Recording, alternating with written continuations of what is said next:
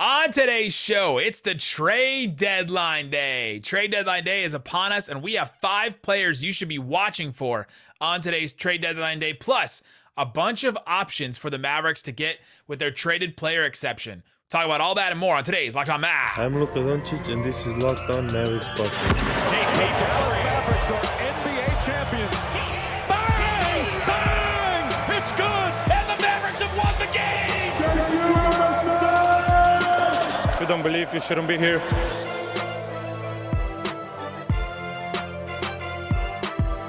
And welcome. You are locked on to the Dallas Mavericks. My name is Nick Angstead, media member and NBA channel manager for the Locked On Podcast Network. Thanks for making Locked On Mavs your first listen every single day. We are free and available on all platforms, including YouTube, where you can subscribe to the show. About 200 subs from 10K. Thank you to everybody that's subscribed already.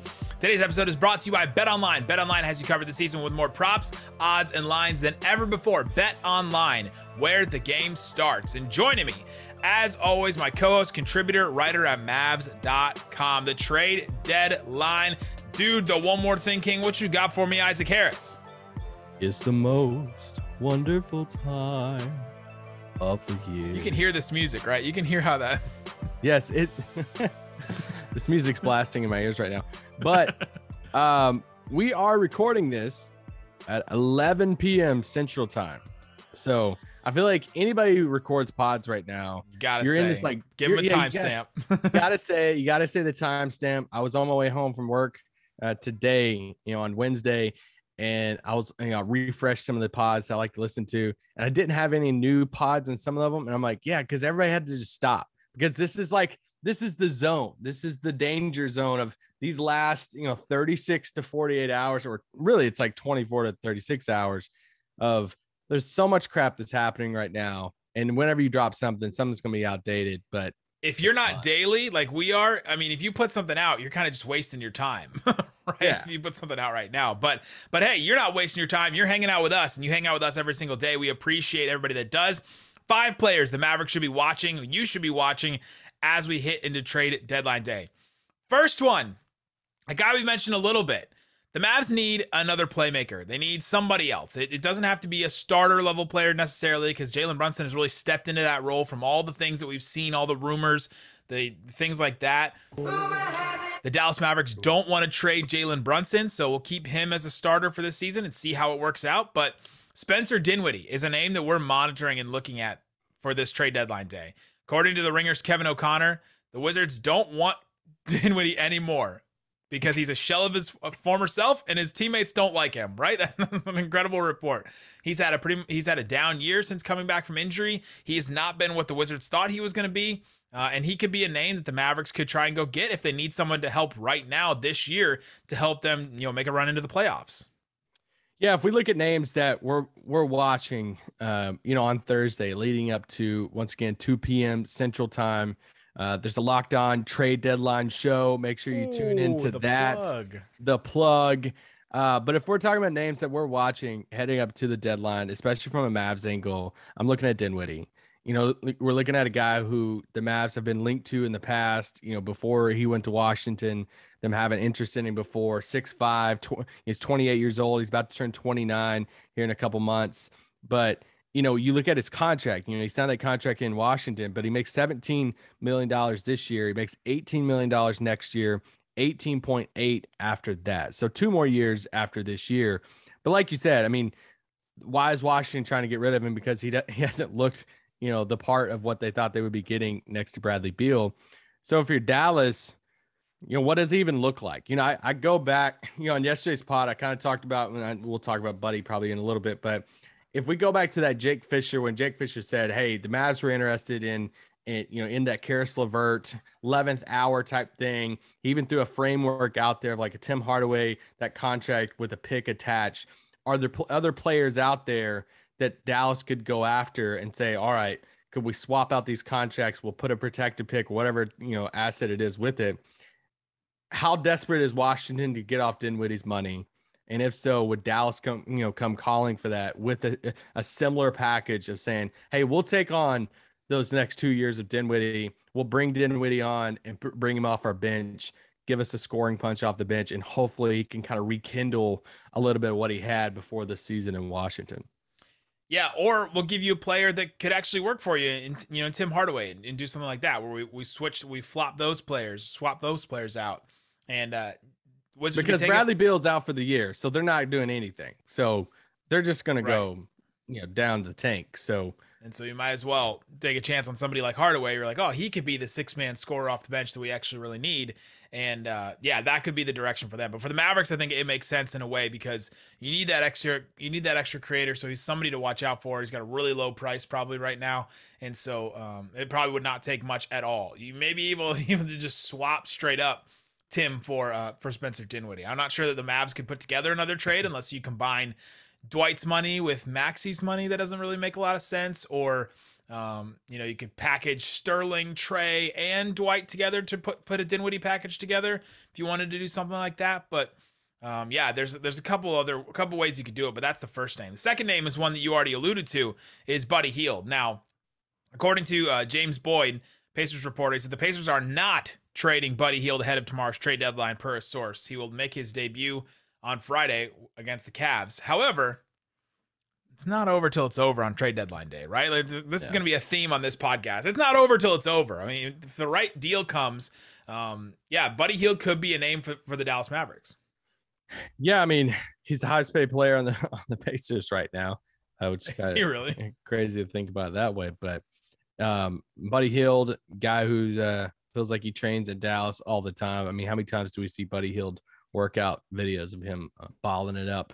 At Prestonwood or whatever it is in Dallas. But I mean, we know Buddy can get buckets, makes 23 this year, 21 next year, 19 after that. So 2 more years, kind of a similar type deal of Dinwiddie, except his number's a little bit higher, but it's, decreasing in that. And it's kind of the same concept. It's like, hey, if Indiana is just going south of this year, they got their guy in Halliburton, Rick got his guy, and they're just kind of selling off pieces, and they're looking at it and saying, all right, we'll switch Buddy for Tim if you throw a pick in there, if you throw some type of protected pick. So my question is, like, if you're Dallas and if you don't have Tim Hardaway for the rest of the year, and they're saying, all right, we need some type of scoring punch, and we could flip those two and flip, Tim for Buddy, and you have them in a similar role, what are you willing to pay to flip those guys? Is it hey, we'll give you a top 20, protected first, and if it doesn't convey, it turns into 2 seconds type of deal? Is it just 2 seconds? Is it just, whatever it is? Would Dallas be willing to do that? Would Indiana be willing to do that? I don't know. Buddy Hield makes a little bit more money. However, he's off since he hasn't signed his contract as recently as Tim has. His deal is 1 year shorter. So the Mavs would save a little bit there on the back end of that deal. His deal also declines too, so he's making $23 million this year, $21 million the next year, $19 million the year after that, where Tim's has 1 more year. So it's something to think about, somebody to watch. Buddy Hield and Tim Hardaway Jr. are really comparable. I think Buddy is a better catch and shoot, while Tim is a little bit better on the move. Those kind of like, those step up, like long twos that Tim takes. I think he's a little better at that than Buddy Hield. Defensively, it's a wash. I think Buddy's better defensively. It's a wash. Buddy's stronger than Tim, so you probably give him that. He's got more bulk, I think. He's listed at least as 20 pounds more, and when you look at him, he's definitely bigger than Tim. But it's definitely something to watch. Right now, it seems like the Pacers aren't going to trade him, but that doesn't mean that they won't trade him. Who knows what's going to actually happen when the trade deadline happens if they get the right price. So coming up, a couple other players, and one that you may not like, but hear us out. Hear us out. We'll talk about that coming up. But let me first tell you about BetOnline.net. BetOnline has you covered this season with more props, odds, and lines than ever before as football continues to march through the playoffs. As the Cincinnati Bengals are in the Super Bowl, and they're in the big game in a couple of weeks. Go check out BetOnline.net. They remain the best spot for your sports scores, news, and everything this season. Go check out some of their props and lines and see what interests you. It's not just football. BetOnline has up-to-the-minute odds on pro football, college hoops, the NBA, the NHL, boxing, UFC, all that kind of stuff. Don't wait to take advantage of the new amazing offers available for the 2022 season. BetOnline, it's where the game starts. All right, Isaac Harris, couple more names We said five names that everybody needs to pay attention to at this trade deadline day. Thanks for making this name is not a name they should be paying attention to, though. Thanks for making Locked On Mavs your first listen. Again, like Isaac said at the beginning, subscribe to the Locked On NBA YouTube channel. We will have a trade deadline show for you later today if you're listening and watching this on Thursday, hosted by Josh Lloyd and John Corrales, produced by myself. So go check out that, subscribe to there. All right. The next name is a name that people need to be paying attention to is Miles Turner, another Pacer. Oh, okay. Right in the same vein as Buddy Hield. Hey, the Pacers are not trading Buddy Hield. Okay, well, we've already heard a report from Mark Stein saying the Mavs have already backed off of the Miles Turner thing. Okay, but until it's done, I don't think that's over in my mind, at least. Jake Fisher reported today Miles Turner is still being monitored by team executives as a strong trade candidate. And, a bunch of teams have registered interest in him. The Blazers, Mavericks, Raptors, Knicks, Hornets, and Kings all have registered interest in Miles Turner. That's still somebody I'd be really interested in. I know we've gone down this road a couple of times, but Miles Turner just would fit really well on this team. The Mavs need a rim protector, and he's one of the best in the NBA. I love Miles Turner. I mean, I feel like Rick has, came out pretty strongly over the past few days, heaping his praises for Turner. And at this point, I'd be kind of surprised if they trade him, but I'm watching just like you are right up until the deadline because, yeah, he would be a great fit in Dallas. Sign me up. And I would love it if they traded for him. Another name quickly I want to mention, Chris Mannix reported the Mavs are still in the mix for Dennis Schroeder. We've talked about this name a little bit. We'll mention him a little bit. Spoiler alert, we'll mention him a little bit as a traded player exception candidate, but the Celtics are going to move him. I mean, from everything I've heard from John Corrales, Locked On Celtics host, that they're going to move him. They have no reason to keep him, and they want to get rid of him because they're just going to lose him for nothing this offseason. So I don't know what it takes, but that's a name I'm definitely interested in. I think it would be a win if the Mavs could get Dennis Schroeder as a guy. If Jason Kidd can convince him, come off the bench, be our bench scorer, be the guy you want buckets, you want to get buckets and up your trade value. Okay. He coached him in LA. Yeah, in these moments, well, maybe that's a disadvantage because in LA. That's why they haven't traded for him. No. But yeah, if you want to just get buckets and you want to make some money on your next contract, then boom, come off the bench in these specific moments, get a bucket. Go do it right now. Go. There's nobody else on the Mavs bench that's getting a bucket, right? Josh Green, Frank Ntilikina. There's nobody else really that's going to go get you a bucket besides Trey Burke. Yeah.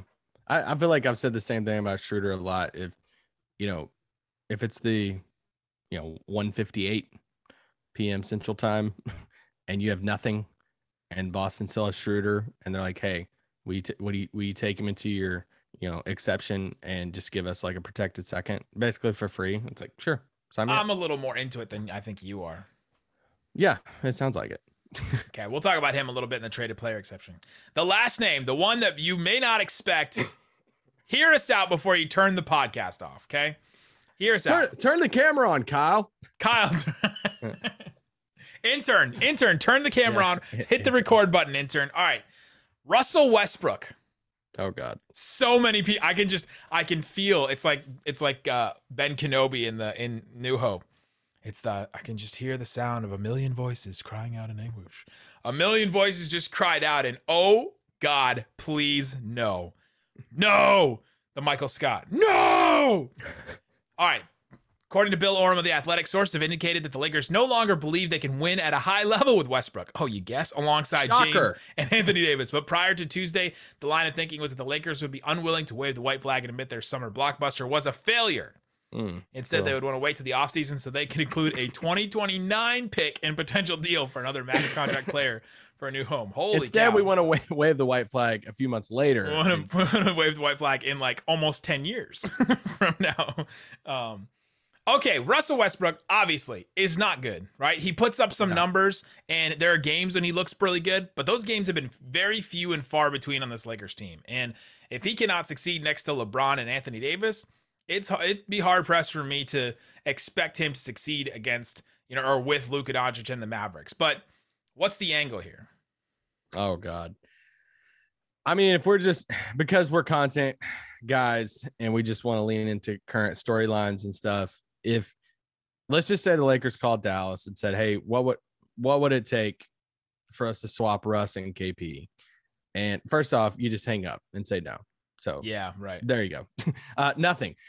But is there a scenario where Rob Pelinka calls and Mark Cuban answers? He says, "Yeah, I have this non-superstar player. Do you want him?" Remember the Russell Westbrook? He's not a superstar. Mark's like, "Hey, I have an NFT you can have of KP," but the Mavs, the actual Mavs say no. But let's talk about the scenario and what it would be. if so, this is just for the one Westbrook fan on Twitter that backs Westbrook. I wonder if that guy's still backing him all the time. There's a bunch of them. There are Westbrook stands out there. So what would it take for Dallas to entertain it? I think the only route that I could like put on some glasses, then squint my eyes, and then like try to find something. Okay, you're downplaying it too much now. Just give it to us. is if Dallas looked at it from a money saving thing of saying, okay, what would it take? And I would immediately if you're Dallas, you'd immediately tell the Lakers, well, you're going to take Tim Hardaway's contract. You're going to give us Horton Tucker, and you're going to give us an unprotected first. And before it even, and then, so if you look at it that way, Westbrook, Horton Tucker for Westbrook, Horton Tucker, unprotected first in 2027 for KP and Tim Hardaway. And you look at it and you say, okay, well, next year kind of equals out money wise, 58 million, for Russ and Horton Tucker, 52 million for KP and Tim. But the big thing, 50 million for Westbrook and Horton Tucker doesn't sound that bad until you're like, oh wait, 40 of it is going to Westbrook. Yes. But then you look at it, it would all be centered around that next year of that 2023. If Dallas wanted to look at it and say, we want one last big swing at free agency and everything before that Luka extension's up. Because if you did that deal, you would be creating around $44 million in cap space in 2023, because you wouldn't have, KP and Tim on the books, because Westbrook going into next season is just an expiring, to where KP has a year on top of that he's going to be picking up. So you basically only have on your books the Horton Tucker contract around 10 million.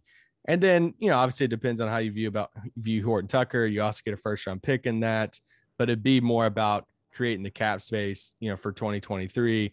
Once again, this sucks. Don't do it. It's an asset accumulation deal, right? When you put it the way you put it, it's like, okay, is Tim Hardaway and Kristaps Porzingis working out for the Mavericks the way that they thought? Probably not, right? Tim is hurt right now. Tim wasn't playing really well even before he was hurt. They gave him that deal. Maybe they have buyer's remorse immediately on that.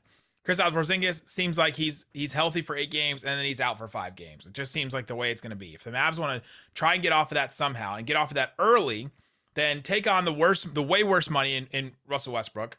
You hope with your heart of hearts, your like most optimistic heart of hearts, that Jason Kidd could talk some sense into him or figure out a role for him that would work with the Mavs, and it probably wouldn't. And then you get Horton Tucker in the first round pick, right? So you kind of clean the slate a little bit earlier, because it's only 2 more years for Westbrook, this year and the next year. You get Horton Tucker, you get the first round pick, which you can then use in the offseason and send out anywhere else, right? You have Horton Tucker. Russ, if the route of, if once again, if this dumb deal happened, would Kidd go to Russ and say, listen, let's do for you what, OKC, some of these teams have done for Chris Paul or another vet. Come in. I've coached you. Come in this season, play your role, be a pro, come off the bench for us, kind of rehab your image a little bit, get some buckets, run the second unit. Let's see if we can do some noise in the playoffs. He's not closing games. Once again, it would be super hard for him. He wouldn't be able to do this. He wouldn't do this. But and then say the more you talk about it, you're like, no. And then say in the offseason, hey, then your expiring contract, we'll use, first round pick, whatever. We'll try to get you somewhere. You still have the cap space that you created and all that. But if I'm Jason Kidd, I would go to Westbrook and say, all right, listen to me. We're spending too much time on this crap. I think it's interesting. No one believes in you right now. No one. No, literally no one. Go out and shoot it like 30 times. Jason Kidd goes, hey, look, one of my assistants showed me this, and we know this is true because one of the Mavs assistants told us that he's on this. This is Reddit. Look at NBA Reddit and just read your name through this. Look at all these quotes about you, and just everyone thinks that you're just out. That you're just done. How pissed would he be with Jalen Brunson starting over? That you're finished. Listen, we got a thing going. We're gonna start Jalen Brunson, but this is what I got for you. You're gonna destroy second units. think about what it's going to do for your career. Think about what it's going to do for your image, because It's right gonna now, destroy the backboard. because nobody believes in you. But I'm Jason Kidd and I believe in you because This is a positive world. it's a positive world, and I'm here for you. I'm Hey, done with this. hey, We got to move on. Hey, I had to do this. I had to change my role. It's time for you and your career to change your role. I've done this before. Okay, so let's try this. And you only have to do it for a year. Hey, let's say if you hate it so much, if you hate this so much, Russell Westbrook, turn down that player option. Go get what you're Oh, gosh. go get what you're given. Go get what you're owed, right? You've earned it. You feel like you've earned it. You literally told the Lakers and the Lakers media, "Hey, I've earned this. I should be closing games." Okay. Turn down the player option, go somewhere else. But if you're going to stay here with us for the next 2 years, you're coming off the bench. Coming up next, we're going to talk about trade candidates to go into the TPE, $10.8 million. Who can they absorb into the... I want people to know that that was your idea and it's not mine. Like, some people think I'm a rogue Lakers fan because I grew up a Lakers fan that everyone's like, Oh, you're he's not just- a rogue Lakers fan. No, but as content people... the asset play is interesting. I really do think it is. But we look at hot storylines around the league. How can it relate to the Mavs? And no matter who's out there, I'm gonna think of something for us to talk about on the pod and be like, dang, is there an angle? Could Dallas get in there somehow? What would make sense? I wouldn't do this, but I'm just saying. Like, I find the Jason Kidd talking to Russell Westbrook and trying to convince him about that very interesting. No, we talked about the other day how he really likes a challenge, right? Russ would practice on Christmas. He can lead Belichick a little bit. All right, coming up. Let's get into the traded player exception options. These are the players not making $44 million. We'll talk about the ones the Mavs could acquire for almost nothing. We'll talk about that coming up on today's Locked On Mavs. But before we do, let me tell you about RockAuto.com. If you're a do-it-yourselfer, Russell Westbrook is a do-it-yourselfer. He does it himself by going to the rim. He misses some layups. He misses a bunch of shots. But you know what? He's going to build that house brick by brick. And if you're going to build your car part by part, you need to get it at Rock Auto. Get all those parts at Rock Auto. Save time and money by going to rockauto.com. They're a family business serving do-it-yourselfers for over 20 years. Their prices are reliably low for every customer. They have everything you need: brake parts, tail lamps, motor oil, even new carpet. Go and explore their easy-to-use website today and find the solution to your auto part needs. Go to rockauto.com right now. See all the parts available for your car or truck. Write in Locked On in their "How did you hear about us" box so they know that we sent you. So when you get something, get to the end, write in Locked On so they know that we helped you find them out. Amazing selection, reliably low prices, all the parts your car will ever need. RockAuto.com. All right, Isaac Harris, the traded player exception. The Mavericks created a traded player exception when they sent Josh Richardson to the Boston Celtics for Moses Brown. Moses Brown, by the way, got sent down to the Texas Legends, which I found interesting. I feel like they should have been doing that more since they haven't used him very much in the actual Mavs lineup. But they have this exception now. It's, $10.8 million. So they can absorb one player into that contract, or they could do several if they do it in separate deals. But they cannot add that to something else. You can't say, okay, we'll send Dwight and the traded player exception for a $20 million player. You can't do that. But you can take in a player with it, or several players. And you can't do like Dwight for Dragic, and it's like, oh, there's $8 million left over. We can just throw that into the TPE and all that stuff. You can't do that. Yeah, that's like the inverse of what I just said earlier. But yeah, Exactly. you're completely right. What are some options? Who are some players the Mavericks could actually add with the TPE?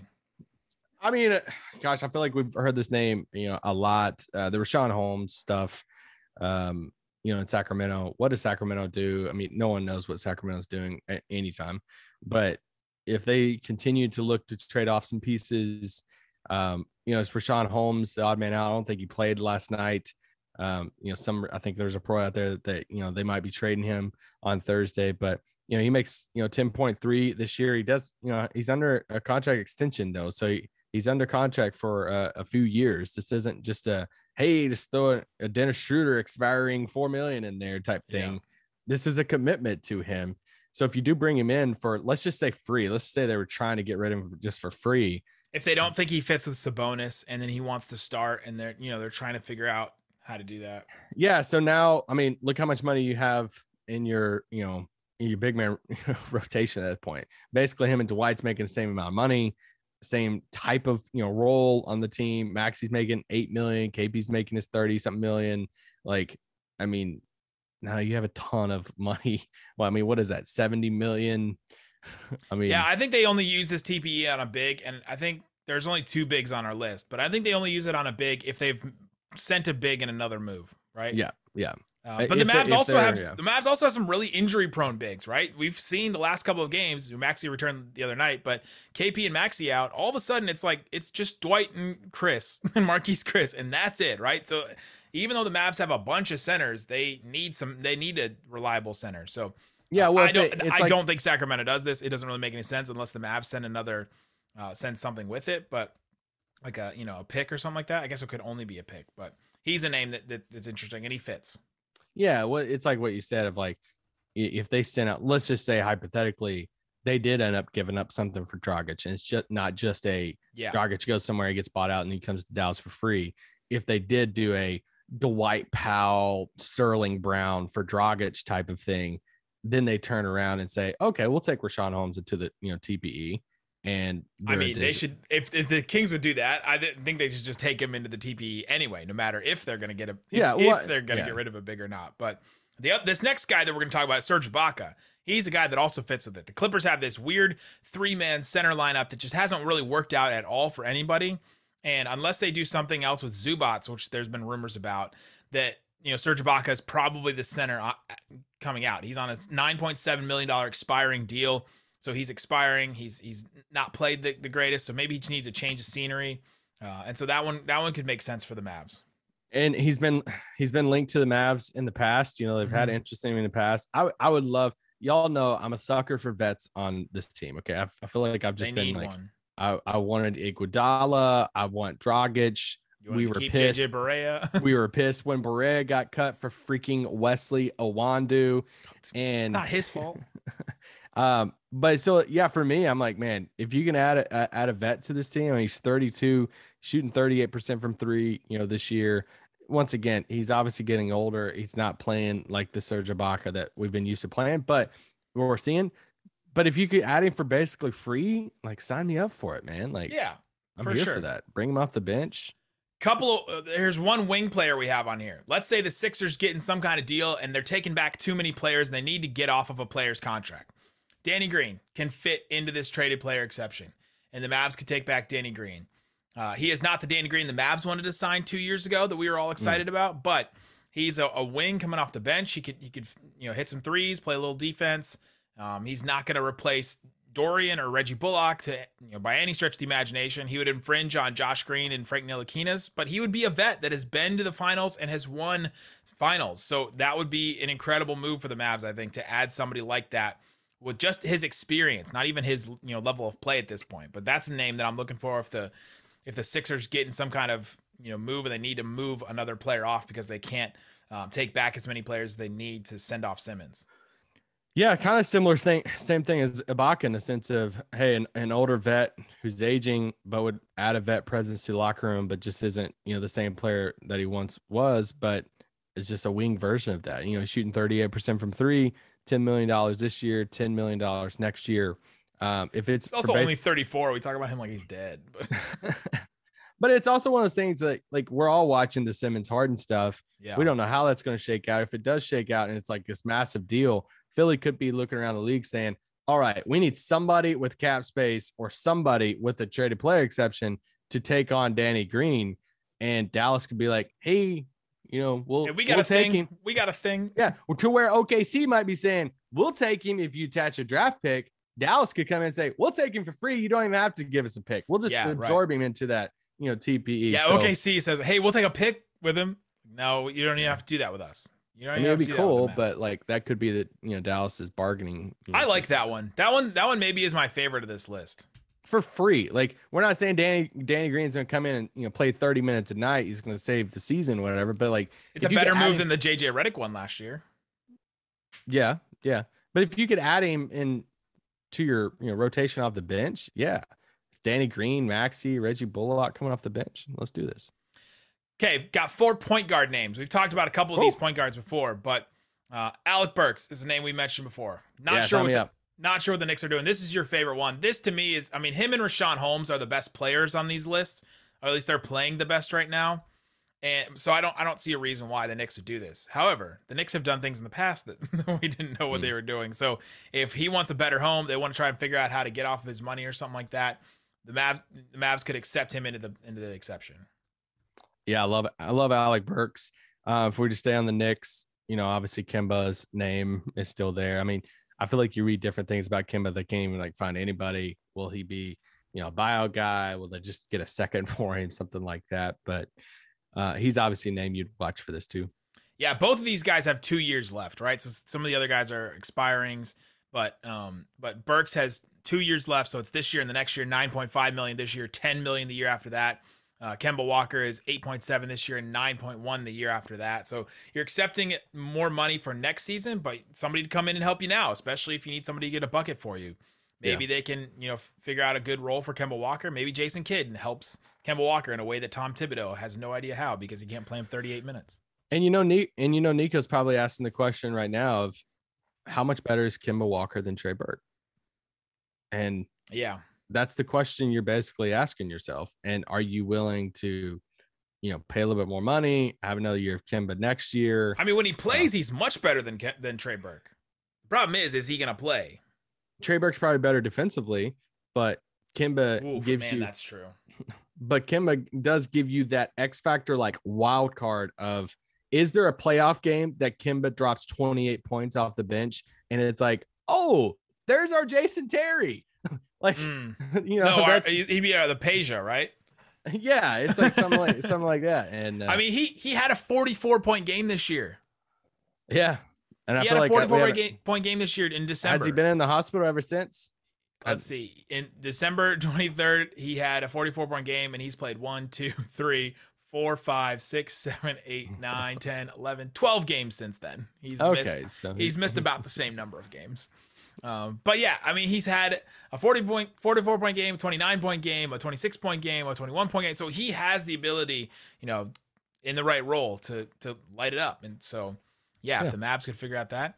DJ Augustine, this is my least favorite name on this list, I think. I think he's done. But did you say Dion Wright? But he fits in it. DeLon Wright is another name. Dion Wright, as our friend Chris Arnold called him the other night when the Mavs played them. And then the last one, Dennis Schroeder, is a name that we also mentioned. If you had to rank these 4 point guards that we have for you're most interested in to least interested in accepting with the TPE, what would they be? Oh, it'd definitely be Alec Burks. If we're making Burks a point guard, but Burks definitely number one. I'd put Kemba 2. Schroeder. You put Kemba over Schroeder? Yeah. You're that down on Schroeder? I don't know. There's just weird vibes. Like how many teams does he go to now? That's like, I know, but it worked out so well for him in the OKC. Yeah. I mean, I'm not opposed to it. Like, I'm not like bummed if they get him for free, but I'm not like lining up to give up assets for Schroeder. And it's like, but come off the bench, play some defense, get some buckets. I would just almost like, if they're the same cost, that you're basically getting for free, then I would almost swing for Kemba in that sense. And I mean, I could be very, very dumb for feeling that way, but interesting. I'm higher on Schroeder, but I like the Kemba one too, especially because that's another veteran. He hasn't really been far in the playoffs, but he's a veteran that can come and help the team. I will say, I think Schroeder could play alongside Luka if you want to play some of those minutes together better than a Kemba and Luka right now. Yeah, for sure. I was listening to Zach Lowe, and he said Schroeder has to be a guy that plays guard that plays next to somebody. He's not necessarily a guard that is just on his own. So I think he could work well next to Brunson and or Luka. Yeah, very well. I will throw one more name out there. I've never talked about this name before. Montrezl Harrell. Stop. You have talked about that name before. He would fit in the traded player exception. So if the Wizards do want to get off a name, I'm out on him. He's my Dennis Schroeder. Like the same way you feel about Schroeder. I'm not out on Schroeder though. I'm out on Harrell coming to the You're Mavs. All the way out on Harrell. I think he's a fine regular season player, but only just the first half of the regular season. Campaign. No, he's too valuable now. You missed on that one real bad. Did I though? You called him the worst player in the NBA. Okay, yeah, sure. We got to take our L's. All right, there you go. That was way back in the day. We'll have a year ago. We'll have our trade deadline show on the Locked On NBA channel. Go check that out, guys. Thanks so much for listening to Locked On Mavs. Peace out. Boom.